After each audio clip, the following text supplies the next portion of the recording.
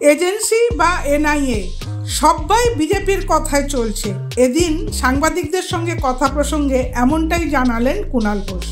এবার নির্বাচনে বিজেপি 1 থেকে 8 আসন পাবে বলেও জানান তৃণমূলের মুখপাত্র।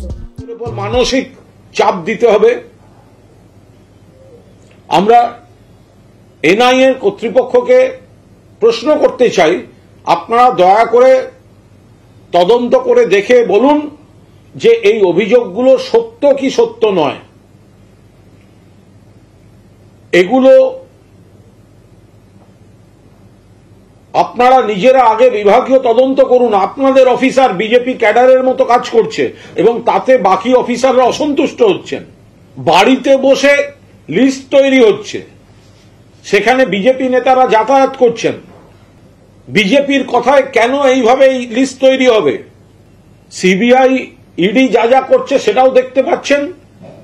আর এনআইএ একেবারে তার এক অফিসারের বাড়িতে বসে ব্লুপ্রিন্ট তৈরি হচ্ছে, সেই অভিযোগ আসছে। আমরা এনআইএ কে অনুরোধ করব, আগে নিজেরা অভ্যন্তরীণ তদন্ত করুন, তদন্ত করে দেখুন যে যে তথ্যগুলো আসছে, যেগুলো আমরা অভিযোগ আকারে আপনাদের সামনে আনছি, সেগুলো ফ্যাক্ট অর নট। যদি ফ্যাক্ট হয় তাহলে দয়া করে আপনারা যথাযথ ব্যবস্থা নিন।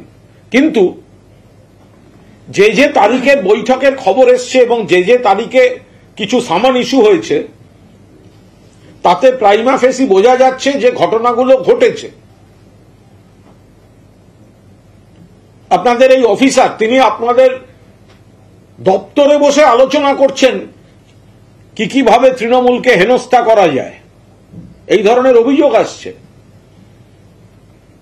এবং এনআইএর মধ্যে যে অফিসাররা বিজেপির দলদাসের মতো কাজ করতে চাইছেন না, তারা আপত্তি করার চেষ্টা করছেন, কিন্তু রাজনৈতিক চাপে এনআইএর এই ধরনের ঘটনা চলতে থাকছে। আগামী কাল থেকে আপনারা আবার 2-3 জায়গায় রেড করার পরিকল্পনা রেখেছেন, সেই খবর আমাদের কাছে এসছে। আমরা জানতে চাই এটা সত্যি না সত্যি নয়। বিজেপির হয়ে এই দালালিটা আপনারা করছেন কি করছেন না, এনআইএ নিজেরা তদন্ত করে দেখুক। আচ্ছা, এই সরকার ফেলে দেব মানে কি? ওর হাতের মানে কি এটা? সরকার ফেলে দেবো? একটা ইলেকটেড সরকার, যে ভোটটা হচ্ছে সেটা লোকসভা নির্বাচন। আগে দিল্লির সরকার বিজেপি থাকবে কিনা সেটা সামলাক। বাংলার সরকার ফেলে দেবো মানে কি? এত বড় উদ্ধত্ত।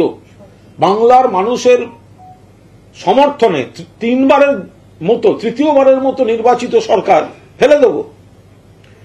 গতবার 18, সেটাও বাড়াবার কথা বলছি। আমি বলছি গতবার 18, আর এবার 1 থেকে 8-এর মধ্যে বিজেপি।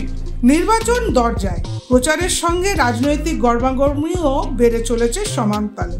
ব্যুরো রিপোর্ট, সূত্রকার সংবাদ।